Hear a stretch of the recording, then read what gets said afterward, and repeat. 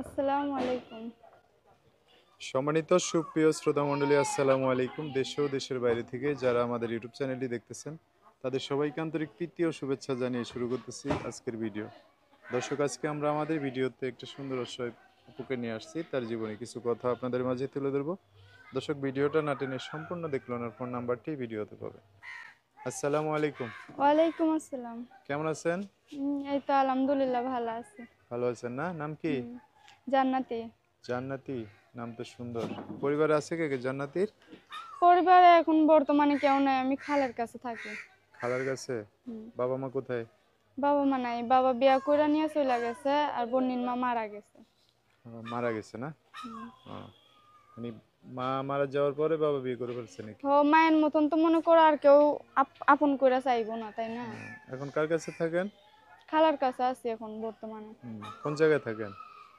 এখন বর্তমানে ঢাকায় আছি, দেশের বাড়ি রাজশাহী। রাজশাহী। হুম। পড়াশোনা করছেন? হ্যাঁ, করছি 6 পর্যন্ত। পরে বন্ধ? পরে আর করতে পারি নাই, আচ্ছা। বাবা বিয়া করার পরে আর করতে পারি নাই। ও, আচ্ছা। তো কি করেন এখন, ঢাকায় থাকেন যে? এখন কি করবো, বাসা বাড়িতে কাজ করি, এমনি সেলাই মেশিন এরও কাজ জানি, কিন্তু মেশিন নাই দেখা করতে পারি না। মেশিনে দেখে করতে পারেন না? আচ্ছা। তো এখন কি জন্য আসছেন প্রতিবেদনে? প্রতিবেদনে আছি যাতে একটা ভালো মনের মানুষ পাইলে বিয়া শাদী বসমু, এই উদ্দেশ্য নিয়ে আইছি। এখন মনে করো যদি পাওয়া যায় তাইলে তো আলহামদুলিল্লাহ, আর না পাইলে? না পাইলে আর কি করার, ভাগ্য ভালো থাকলে পাইমু, আর না ভালো থাকলে তো পাইমু না।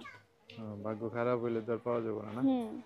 ভাগ্য তো অবশ্যই ভালো হইব, আল্লাহ যেহেতু আপনারা বানাইছে, জোড়া মিলাই বানাইছে, ঠিক আছে? তো হুম, আজকে না হোক, 1 বছর পরে হোক, ইনশাল্লাহ 2 বছর হইব, পরে হোক, ওইটা ওটাই।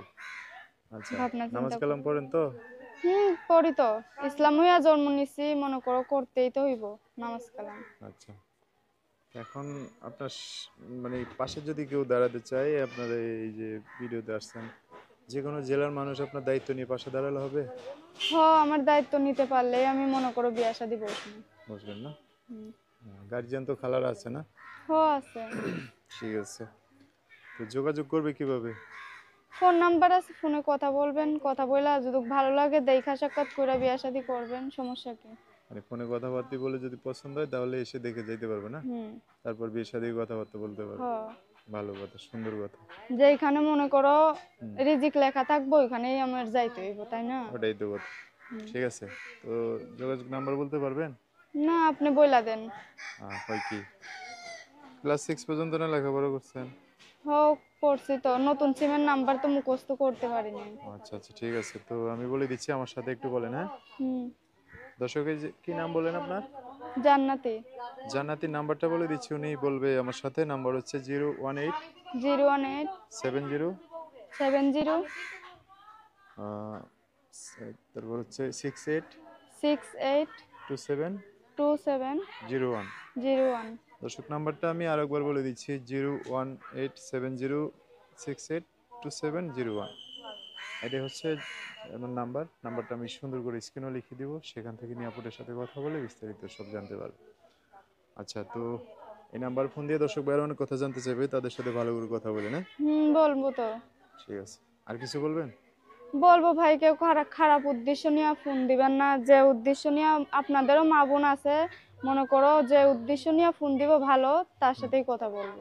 ঠিক আছে। খারাপ উদ্দেশ্য নিয়ে ফোন দিলে আমি ফোন রিসিভ করবো না, আচ্ছা, ঠিক কারণ আছে। আমি নামাজ কালাম পড়ি, এসবের মধ্যে খারাপ উদ্দেশ্য নিয়ে কেউ ফোন দিবেন না। আচ্ছা, ওকে।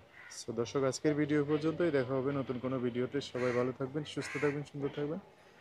আপনাদের কথাবার্তা শুনে যদি ভালো লাগে অবশ্যই একটা লাইক দিয়ে আরো মানুষকে দেখার সুযোগ করে দেবেন। আল্লাহ হাফেজ। আসসালামু আলাইকুম।